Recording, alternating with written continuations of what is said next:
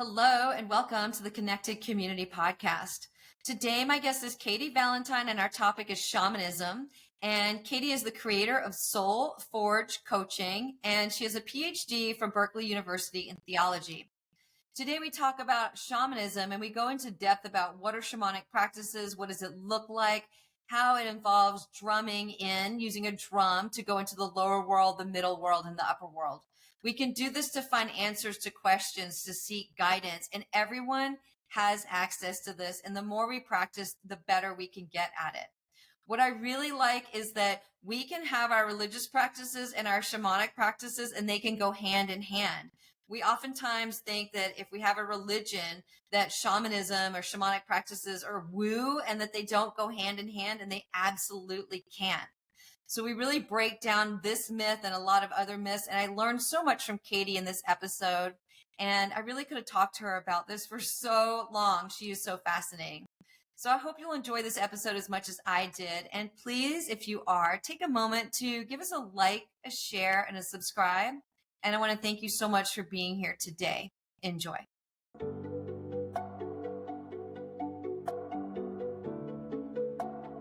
Hello, and welcome to the Connected Community Podcast, a place to explore possibility through mindfulness, movement, and self-discovery. Our intention is to deliver insight and inspiration while fostering conversations that are genuine, unfiltered, and deeply human. We hope you will enjoy today's episode.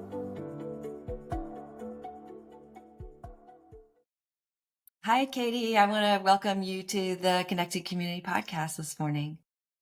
I am so excited. Thanks, Nicky. It's really fun to be here. I love that hesitation because I'm like, it's not morning there, it's afternoon because you're in Ireland and it's morning here. I'm in Ireland, but as everyone can tell by my accent, not born in Ireland. Yeah, I've lived here about 3 years now. So yeah. So today we're going to dive into shamanism, and I'm really excited to bring you on because you have a different background than a lot of the people that I've talked to about this topic on my podcast. You have a PhD in theology from Berkeley. I used to live in that area. Oh yeah? Yeah, I used to live in Oakland, so I love the Bay Area. So I'd love for you to just share your background and how you got into shamanic practices. Yeah, so how I got here is so twisty and turny, like so many of us, right? Like the best things come years before they ever actually arrive in our lives, and we can see the background. But like you said, I come from an academic background, so I have a PhD in New Testament. Before that scares anyone, I just want to sort of reassure listeners, I'm a fun kind of person with this. And I come from the strand of Christianity that's like LGBTQI affirming, social justice, or fighting for civil rights of people. And that often doesn't get expressed out there in the world. So I always thought that I would be a liberal arts professor, like teaching a small liberal arts college. And the declining atmosphere of higher education kind of made it clear that that was maybe not the right path. And I was applying for jobs. I was kind of the Susan Lucci, like of a lot of positions, like almost got the position, but not quite.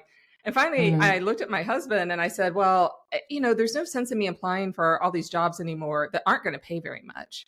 And I'm not sure they're doing what I love to do. What I love is all the woo-woo metaphysical stuff. So I started coaching in metaphysics and combining like the best, hopefully, of my academic background and bringing together the strands of the Jesus story as I understand it and showing people how to expand beyond the boxes of maybe what they've been taught spiritually. So I did that for 5, 6, 7 years, moved to Ireland.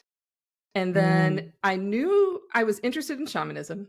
I had been reading books, kind of listening to podcasts, talked to a person here or there, and the holy Instagram feed put across my eyes, like shamanism course in Ireland, just about an hour away from where I was living.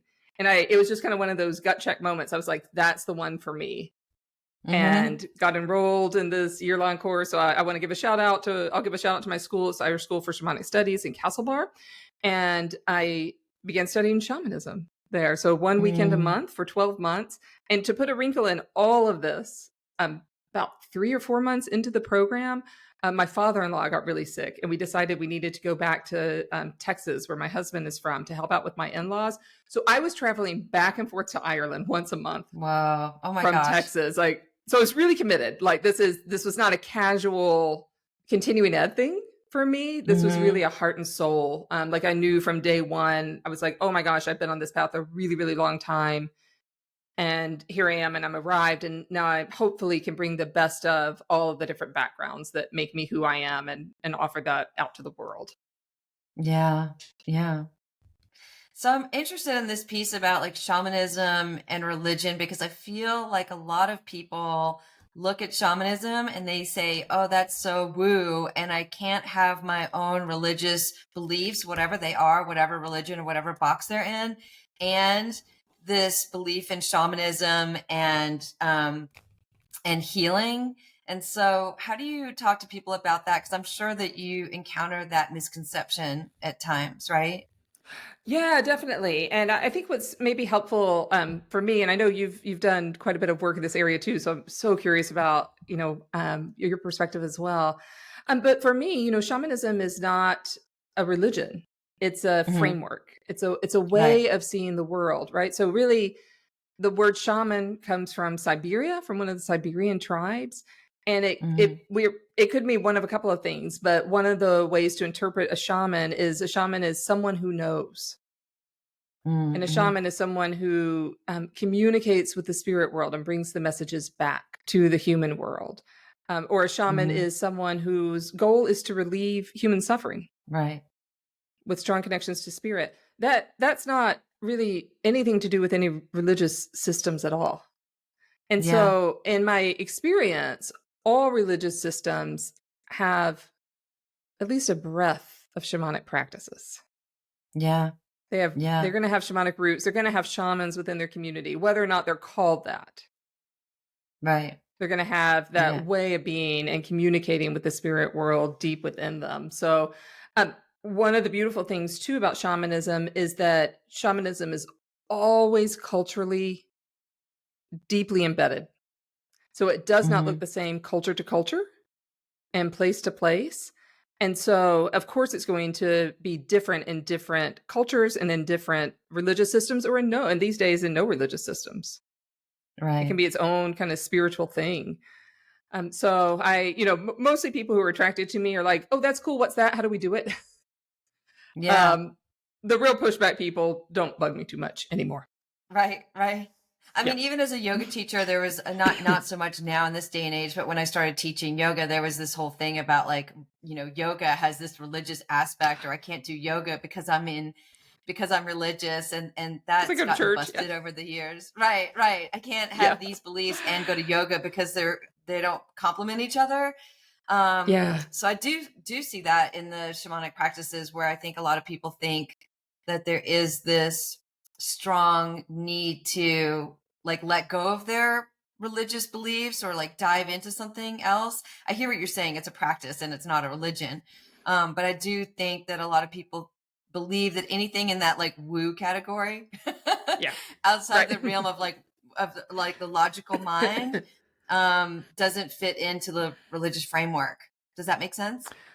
Oh, it totally does. And it was really funny because when I was in my program, I kind of kept it not secret, just private. Like I really wanted to Hmm. experience the program. So of course my spouse knew, and select people, but I just wanted to kind of have that internal experience without having to answer a lot of questions. Well, I was going back and forth from Texas to Ireland like once a month, and my parents kept on saying, why are you going back? And I was Hmm. truthful in the sense I'm checking on the house. I have some appointments. All that was true. But finally, when I Hmm. saw them, I said, I want to tell you exactly why I've been going back and forth so much. And I explained what I was doing, and they're pretty respectful. But my mom looked at me and said, honey, you're going to need to explain it one more time because your father is about to think that you're a member of the occult. Yes, So yes, we're going to right. need one more explanation, like tried and true Methodists that they are. So that was kind of funny. So I had to re-explain it. So I think it's really, really common, right? Like it's Yeah. so part of this is demystifying ancient practices and bringing them into modern relevance. This is not Hmm. for people of 2 or 3,000 years ago. This is completely relevant to where we are now. The world is a giant mess. It's also Hmm. wonderfully beautiful. And the more that Yeah. we are in touch with spirit and our spirit guides and spiritual allies and bringing that information, to our contemporary day and age, the better. Hmm. Yeah. Yeah. And when you say that every culture has different shamanic practices, can you talk more about that piece? Oh, sure. I'm not, not definitely not an expert in every culture, only in my own. Hmm. But one of the things that we have kind of started started to come to terms with academically over the past 30, 40, 50 years is that there's elements of shamanism that seem very relevant cross-culturally across time and space. Hmm. So the idea that there's three worlds, that we have this, we call them in English, we would call them the upper world, middle world, lower world. Other cultures are going to call them different things that we can Hmm. go to for spiritual assistance and spiritual information. So every culture will experience those three worlds, but they're going to call them different things. Um, the allies that show up are probably going to be relevant to that person's culture. They're going to have like plants and animals that show up that are relevant to them. Also, methods of shamanism are very culturally embedded. So, in some shamanic traditions, the shaman, I'm not a shaman, I'm a shamanic practitioner, but the practitioner or the shaman might use sucking, like they might put their mouth on someone to suck out a disease or Yeah, an I've seen that entity or before. something like Hmm. that, right? Super cool. Yeah. In my culture, that would never fly. I cannot imagine having someone and like me saying, "Do you mind if I suck on you?" Yeah. That's going to have way too many connotations that are Yeah. going to do way more damage than good Right. for where I am. So, I mean, Interesting. that's a really, really small example. It goes a lot deeper. But every Hmm. culture has their own way of doing things, and they're not always compatible. And like that's okay. Okay. Yeah. What are the Yeah, threads that's besides okay. the upper world, the middle world, and the lower world? What are the other threads that are common? Yeah, I think one of the other really common threads is having spiritual allies. So Hmm. you're the shamanic practitioner, and really everyone can do this. This is the beautiful thing with appropriate Hmm. guidance, everyone can go on a shamanic journey. But that we can all go to these different worlds and meet members of our team, and also attract spirits who are interested in our projects, who are interested in our vibration, who are interested in our healing work, and that they begin to partner with us and that we can nurture and develop those relationships. So I would say for in my experience, those are two of the really, really big ones. And those three worlds are key. They're really key. So in Western framework, we're so used to this because we're used to angels. People have angel necklaces, figurines. We have TV shows. I mean, Highway to Heaven, for those of us that are old enough to remember it, Touched by an Angel, like Hmm. all of these shows that talk about angels. So, if the upper world, where we're used to that kind of energy and we can go to for wisdom, Hmm. the middle world is the world we live in now, and we can have radical healing within the middle world depending on what we're experiencing now. And then the lower world is that place of that earthy energy, like power animals, plants, gemstones, and it's a really fun place to visit, a really powerful place to visit where we're going to have allies who may be attracted to what you're doing. So, but those three worlds are, I don't want to say they're universal because I don't have quite that much knowledge across time and space, but extremely common. But they're going to be experienced and interpreted really differently in different Okay. parts of the world. Yeah. And the way that you go into that shamanic journey is through a drum beat. Is that right? Yeah, and that's the way that I was taught. So through drum beat, and the drum acts as the spirit horse to help our brain waves slow down enough so that we can actually Hmm. experience and take in these spiritual realities. Some cultures may use plant medicine to do that. It's not part of my particular tradition, and I Yeah. generally, like I have respect for it. I just don't know that much about it. And so, Yeah. yeah, for me, drum, rattles, anything that gives you a steady kind of beat so that we don't get so distracted by our minds making grocery list and Yeah. thinking of our Yeah. all the stuff that we have to do, which is, part of the learning process. What I about for did you? I like was curious, a was the drum part of yours? Yeah, so I did a training. It was a Reiki and had a like shamanic journey without plant medicine, and the drum or the Mm. drum of the rattle or the way that we would go in. I was told through that training that all plant medicine journeys are middle world journeys.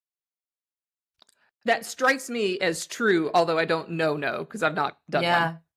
Yeah, yeah, yeah. Uh, I just got a drum, and I've kind of developed a relationship with my drum recently, and it's been really Yeah. powerful. And the way that we were taught was, even if you drum yourself in, at some point you might end up stopping, so that there should always be a recording afterwards, so Oh, that that's if you really stop handy. drumming, that you can continue on that journey. And then also you can get drummed out, because you need to get drummed out of your journey properly.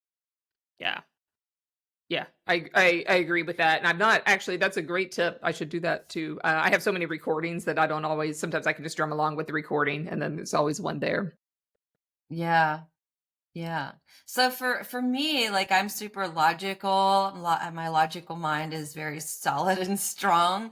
And so I always like banter back and forth between, is this real or is this my imagination? How do you deal with people like me? Well, I deal with people like you because I am one. So yeah, I think this is a common question. I've not met anyone who doesn't have this question, at least initially when they're getting started, especially from the Western world, right? We all have this question. And so what I say is bring it on. Like, I think we should have those questions. We should be asking those. We should be naturally skeptical, and along with skepticism, a healthy degree of curiosity should go along with that. So in my work, I like to bring big woo to people and also big practicality. So our these kind of things should be ultimately practical, usable in our everyday lives. It should make our everyday lives better. Sometimes the practicality is just that they're fun. Or that they're healing. So those of us who have strong logic minds, let me assure you, if I can do this, anyone can do this, because I am like, I like verb charts. Logical. I like to diagram sentences. I like a plan of action and a strong outline. That is who I am. And so that's all fine. We can bring all those questions. What I ask people to do is to suspend the questions while they're on the journey. Because if we try to interpret in the moment, we're going to miss the poetry. Right. So we can diagram a poem all we want. We can do all that analysis like everyone has to do their junior, senior year of high school. But we need to appreciate the art form for what it is as well. So my kind of strategy for this is just to have the experience, record the experience, and keep track of the follow-up. Because the follow-up will actually tell us everything that we need to know. If there was a bear that came up in your journey, are you seeing signs of bears in your everyday life? Are they showing up in other ways? Are you having dreams about bears? Does someone suddenly give you a teddy bear? Yeah. Because those little synchronicities are spirit's way of letting us know, like, hey, this is real. Yeah. And so actually I want to use logic for its best purpose, which is to keep a chart. What do you mean, like keep a chart? Like make a graph of all the things that you experience in your shamanic state, in your and whatever woo thing you're doing. It doesn't have to be shamanism. So we kind of keep a track, like, oh, I saw this, or I felt this, or this is a thought that came up, and then we track it. And over the next few days, are similar things happening? And if they are, then we're starting to see repeated patterns. So when we see repeated patterns, that's a strong indication that spirit is speaking and that, it's really, really real. Yeah. And so I would say, use your logic to your advantage in this way. Because I think where most people stop is they say, wait, is this real? Is this real? I don't know if this is real. And then they leave the question there and they leave it in a state of anxiety that's unanswered. Yeah. Yeah. So I say, make your flow chart, make your Excel spreadsheet, like whatever it is, journal, whatever it is you need to do so that you have actual evidence to make decisions about. Yeah. Lately, I've been giving this question to other people, and I think the answer that's come back is like, does it matter if it's real or not? Because if I came up with it and I imagined it, then it's my unconscious. So even if I made it up, does it matter? Because at the moment it was real. Yeah, and if it's healing, that's real. Yeah. Right. Yeah. If we are more whole, that's very real. I think in shamanism, like you said, that preparation of like getting in and out of that state is really, really important. We don't just sort of jump in. We don't just do it. We don't go on a shamanic journey just for the hell of it. We go with a very, very specific question. And Yeah. so the belief is that everything you experience is very real. I think the clincher is sometimes it doesn't feel like it, because some days my Yeah. brain is fatigued. Mm-hmm. Some days I just can't quite get there the same way that I can. Sometimes it feels very clinical. And so I think sometimes we think if we don't have an overly emotional, like burning bush moment, that it's not like that's not enough. But actually, those Mm, small little, like small little kind of checkup visits to the doctor are actually really yeah. beneficial. We don't have to go in only when we're experiencing, when we're in great pain. Right. Right. Mm-hmm. And so they kind of all add up. Mm-hmm. Do you place equal emphasis on dreams as shamanic journeys? Equal emphasis. I place emphasis on them. And actually, dreams are the way I got into this. One of the ways I got into this whole mess. When I first Mm-hmm. started grad school, in Berkeley, there was a dreams class that I went to for no credit. It was just kind of a fun class. It met every Monday. I went every Monday faithfully for 3 years to this class, to do Mm-hmm. dream interpretation with Jeremy, the now late Jeremy Taylor, dream expert. And so I began to see in that class that people were having dreams that were really deep, really getting into our collective unconscious. Sometimes people would show up and the same symbol would have shown up, the same bizarre symbol would have shown up in 4 or 5 people's dreams that week that they were bringing to the class. So I've always paid serious attention to dreams as a way for our unconscious and spirit to speak to us, um, Mm-hmm. knowing that not everyone remembers their dreams. Not Yeah. everyone has the facility to kind of work with their dreams in that way. So equal emphasis, I would say strong emphasis for sure. I Yeah. think the flip side of that is everyone dreams, whether or not they remember them. Not everyone has the opportunity to go on a shamanic journey. So you're going to have many more Right. dreams over your lifetime than you're going to have shamanic journeys. So Right. they're definitely worth exploring and paying attention to. Mm-hmm. And I feel like the Yeah. shamanic journeys are sometimes as fuzzy as a dream is. Like you have a dream and you wake Yeah. up and you're like, what in the world? And it takes a long time to figure out what that dream might be or how to interpret it. And I feel like that's similar with the shamanic journey where sometimes the answers aren't super clear. Very. And I woke up from a dream at 4 this morning. Thank you, Spirit. I could have used another 2 or 3 hours of sleep, but I think Spirit really wanted me to remember this dream, and then wrote it down. But it wasn't until I finally got up a few hours later, let the dog out, brewed some tea, and I was writing down the dream. And I didn't really have any insights when I was writing it down. I just recorded it. But the book I picked up right Mm-hmm. afterwards is what unlocked at least some of the dream for me. Mm-hmm. Like it just had a little synchronicity, right? Like spirit was speaking, and the book Yeah. had just enough kind of references for me where I was like, oh, that seems like it applies here. And I just let my Mm-hmm. mind relax enough to kind of interpret it. And the same is going to be true with shamanic Yeah. journeys. It's going to be rare that we're going to get all the insight immediately afterwards. Right. Right. It's not Yeah. like you go in and get a question and then you get like this super clear answer every time. That would be lovely. That would be lovely, Wouldn't but it? also not fun. Mm-hmm. Right. Let's talk about the three worlds, the upper world, the middle world, and the lower world. I think that in our training, they taught us how to go to the lower world because they Mhm. felt like that was an easier place to start. I think you had a different perspective on that. And then after that, and then we got competent and figured out like what our power animal was and developed that relationship with the power animal. Then we went to the upper world, figured out who our guide was, developed that relationship. And it wasn't until both of those were set that they would take us Mm. to the middle world. The upper world and the lower world from this training that I did, their perspective was that those were, for the most part, really safe spaces Yeah. and kind of beautiful spaces. But the middle world has a lot of darkness and is a little bit more scary for people that haven't navigated it. So it was good to get support from your power animals and spirit guides before navigating into the middle world. What was interesting for me was in the training, I struggled going into the upper and lower world, but I Mm. kept navigating in the middle world. I was really comfortable in there. And Ooh. that's where I started. And that's where I kept going into was the middle world. without my support team, and it was fine. I was comfortable there. Yeah. But what did you learn about that piece of it?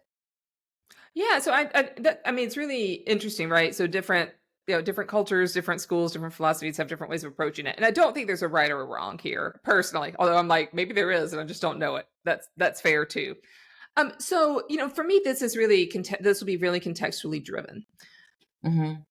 I started going on journey. I think I went on all 3 journeys within like a month. I mean, I wasn't sort of like, you have to have this before you can do this. Um, Mm-hmm.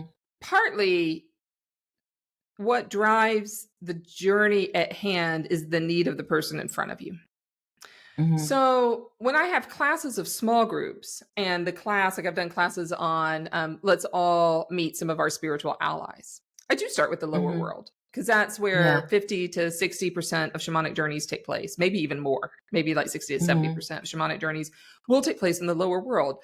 It's the easiest partnership of allies I find to meet. Mm-hmm. They're Yeah. there, they're willing to help us, they are curious about us. So when we go to the lower world, we're going to encounter spirit. The whole lower world is filled with spirit.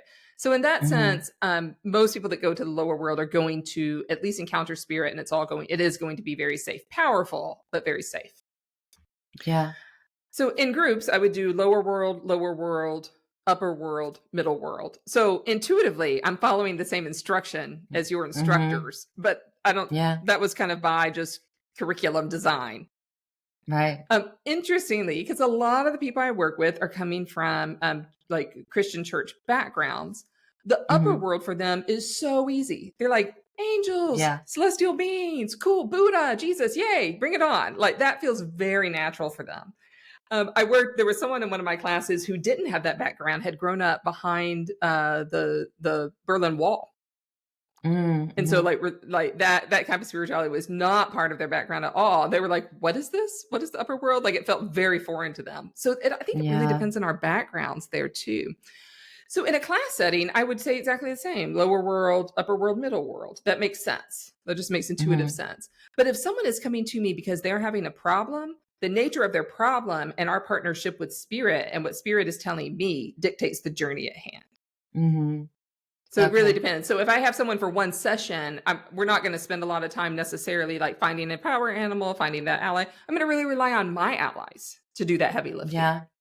Yeah. So then I'm relying on my relationship with my allies. So it's really important that I'm in alignment, that I'm nurturing those relationships. Right. Okay. And you'd said before, if you're doing a shamanic journey with someone and they aren't able to go there, that you can take them on the journey with you and do the journey. And I'd love for you to share more about that. Yeah, I haven't had a whole lot of experience with this, but it is definitely possible. So let's say I get someone in front of me and they describe their problem. We kind of do the counseling and the diagnosis. And let's say they're really wanting to resolve a trauma from their past. That would be a middle world journey. Go back to the point of origin Mm-hmm. of pain. But they maybe they're scared. They don't want to go back to that painful memory. Or maybe they just tell me, I've tried this kind of thing before. I can't get there. My brain waves won't slow down enough. That's okay. I could still, actually, the traditional way to do it would be for the shamanic practitioner to go on the journey, collect the information, come back and tell the person. I find it Okay. more powerful when I can take the person on the journey for themselves. But in that case, then I would say, let's just do the journey, do your best.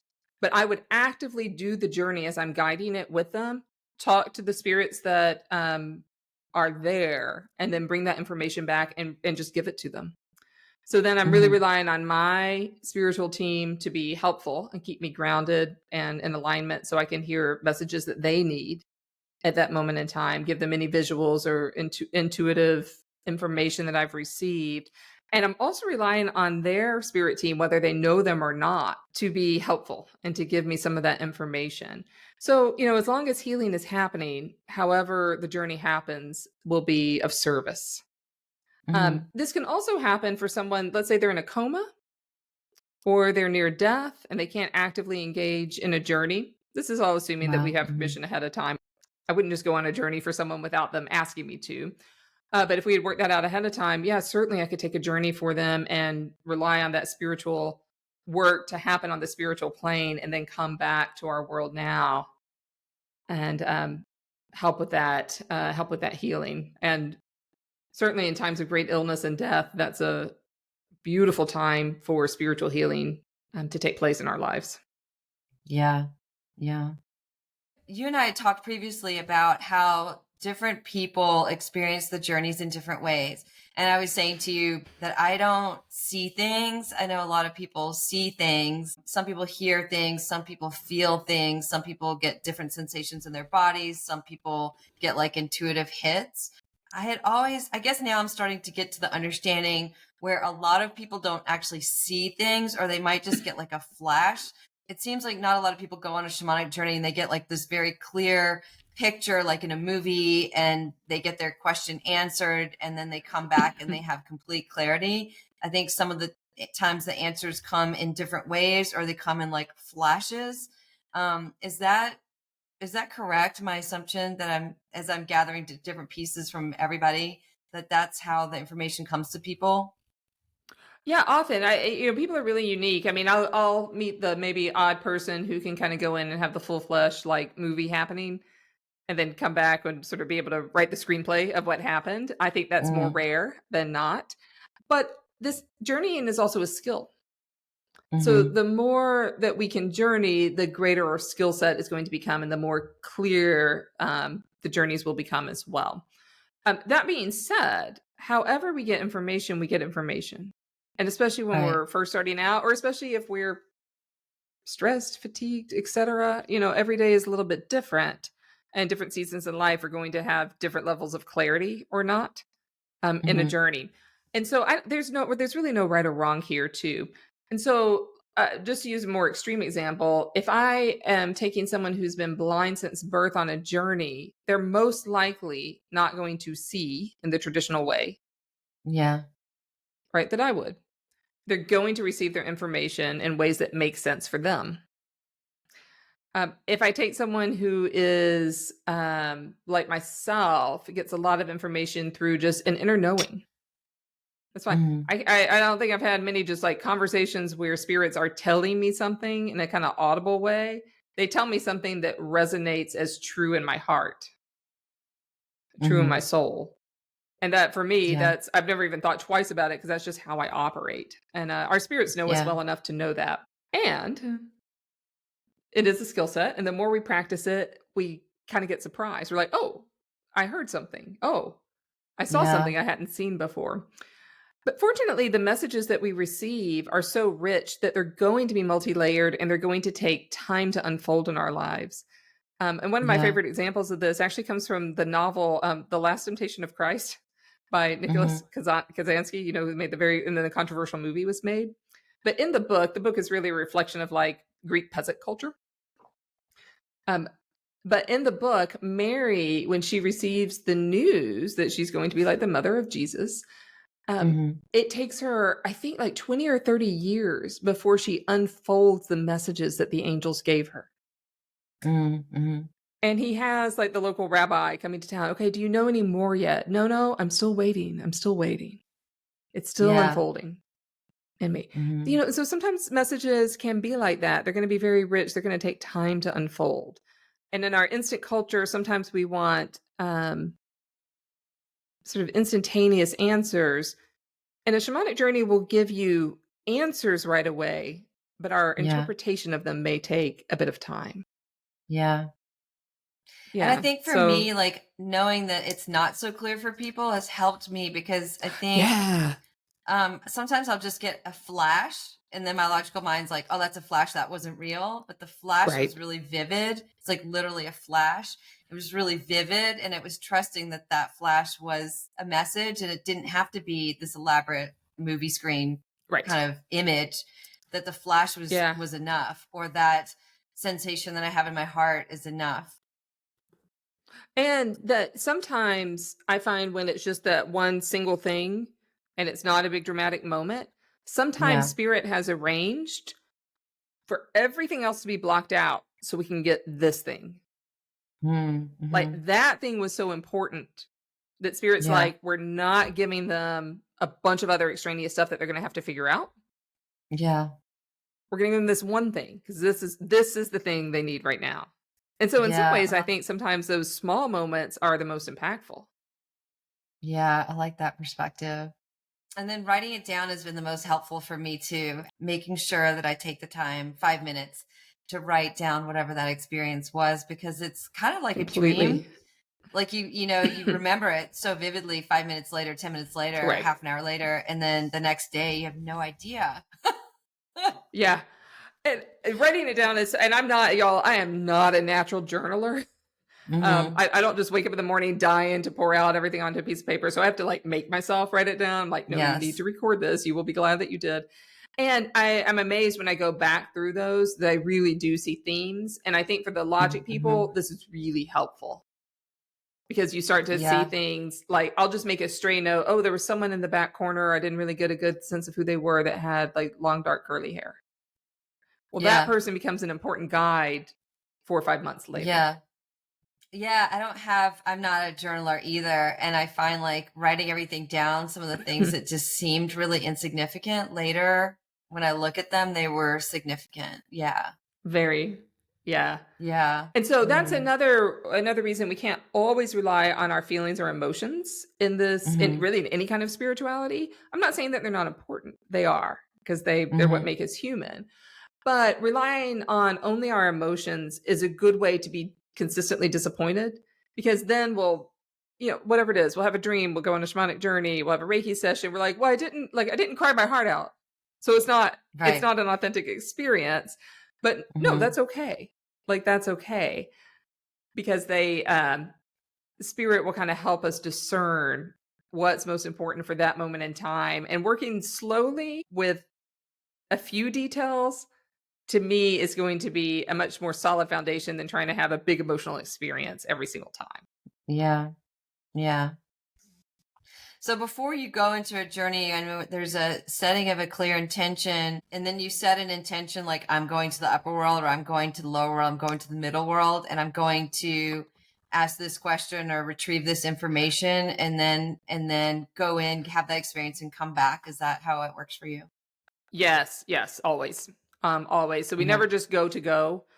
They always go with a specific intention of a specific question or a specific intent to work on healing. Yeah. And then I think there's that important understanding that everybody has the ability to do this, that it might take practice and it might take perseverance.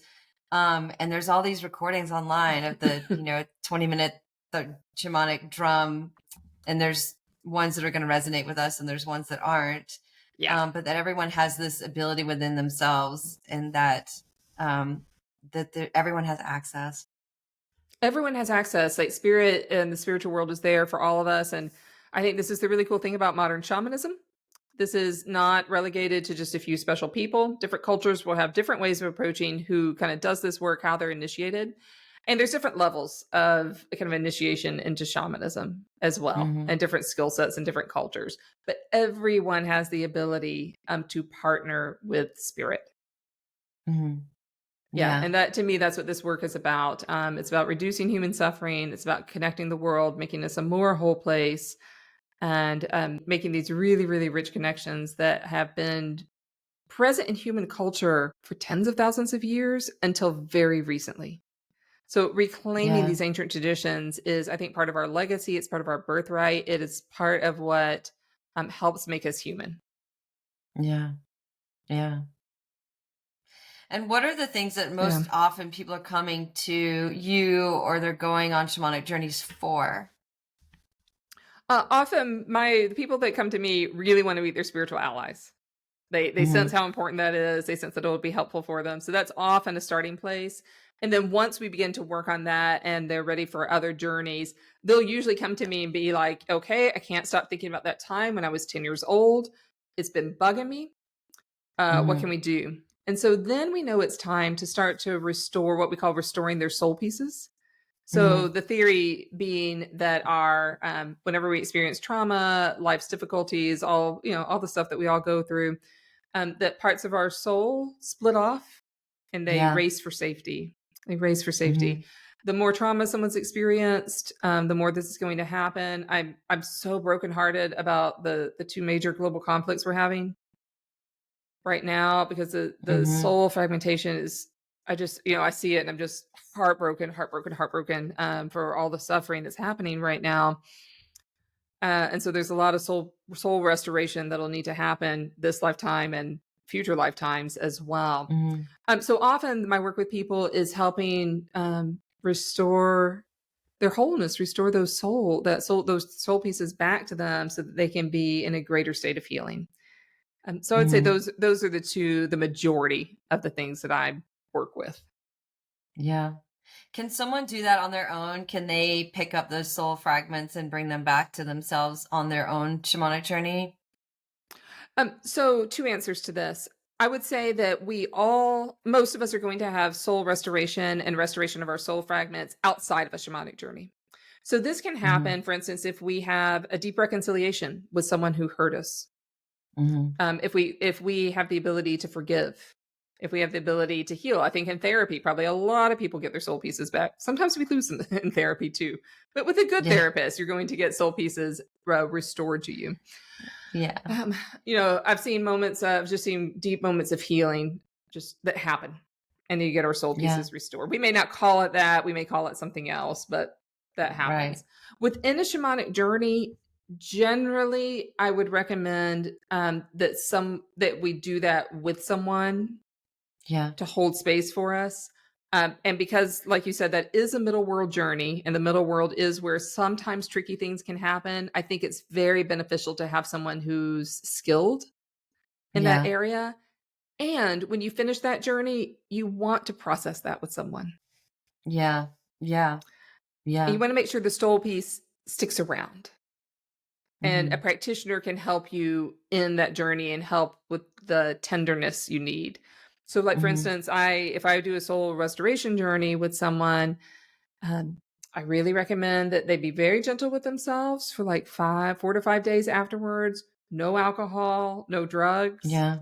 Mhm. Play a lot of like music that they like. If they restored a soul piece from when they were 5 years old, they're going to need to treat themselves like they wanted to be Yeah. treated when they were 5. Play some games, have Mhm. some candy, things like that.